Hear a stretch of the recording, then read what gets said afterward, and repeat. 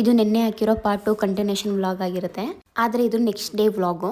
ಬೆಳಿಗ್ಗೆ ಟಿಫನ್ ತಿನ್ಕೊಂಡು ನಮ್ಮ ಪಾಪು ಟಿವಿ ನೋಡ್ತಿದ್ದಾಳೆ. ಇವತ್ತು ಕೂಡ ನಮ್ಮ ಊರಲ್ಲಿ ಹಬ್ಬ ಇದೆ, ಪೂಜೆ ಇದೆ, ಮೇಯ್ನು ಹೋಮ ಎಲ್ಲ ಮಾಡಿಸ್ತಾರೆ, ಅದು ನಡೀತಿದೆ. ಆದ್ರೆ ನಮ್ಮ ಪಾಪು ನೋಡಿ ಮನೆ ಒಳಗ್ ಬಂದು ನಮ್ಮ ತಾತನ ಟೋಪಿ ಹಾಕೊಂಡು ಟವಲ್ ತಗೊಂಡು ಈ ತರ ಅವತಾರಗಳೆಲ್ಲ ಆಡ್ತಾ ಇದ್ದಾಳೆ. ಇಲ್ಲಿ ಬಂದ್ರೆ ತುಂಬಾ ಮುದ್ದು ಜಾಸ್ತಿ, ಅದಕ್ಕೋಸ್ಕರ ಈ ತರ ಏನಂದ್ರೆ ಏನ್ ಕಿತಾಪತಿ ಎಲ್ಲ ಮಾಡ್ತಿರ್ತಾಳೆ. ಮನೆ ಒಳಗಿರೋದ್ಕಿಂತ ಜಾಸ್ತಿ ಆಚೆನೆ ಇರ್ತಾಳೆ. ಊರಿಗೆ ಏನಾದ್ರು ಬಂದ್ರೆ ನಾರ್ಮಲ್ ಆಗಿ ಚೆನ್ನಾಗೆ ಮಾತಾಡ್ತಿರ್ತಾಳೆ. ನಾವು ವಿಡಿಯೋ ಮಾಡ್ತೀವಿ ಅಂದ್ರೆ ಸಾಕು ಸುಮ್ಮನೆ ಆಗ್ಬಿಡ್ತಾಳೆ. ಈಗ ಹೋಮ ಎಲ್ಲ ಮುಗ್ದಿದೆ. ನಿನ್ನೆ ಕಳ್ಸ ಹೋಗ್ತಿದ್ವಲ್ಲ, ಅವರೆಲ್ಲ ಬರಕ್ ಹೇಳಿದ್ರು, ಹಂಗಾಗಿ ಬಂದಿದೀವಿ. ಬಿಸಿಲು ಎಷ್ಟಿತ್ತು ಅಂದ್ರೆ ಬೆಂಗಳೂರಿಗಿಂತ ಜಾಸ್ತಿ ಬಿಸಿಲಿತ್ತು. ಜನನೂ ಕೂಡ ಹಂಗೆ ಇದ್ರು, ಮುಂದೆ ನೋಡಕ್ಕೆ ಬಿಡ್ತಿರ್ಲಿಲ್ಲ, ಹಂಗಾಗಿ ದೂರ ನಿಂತ್ಕೊಂಡು ನೋಡ್ತಾ ಇದೀವಿ.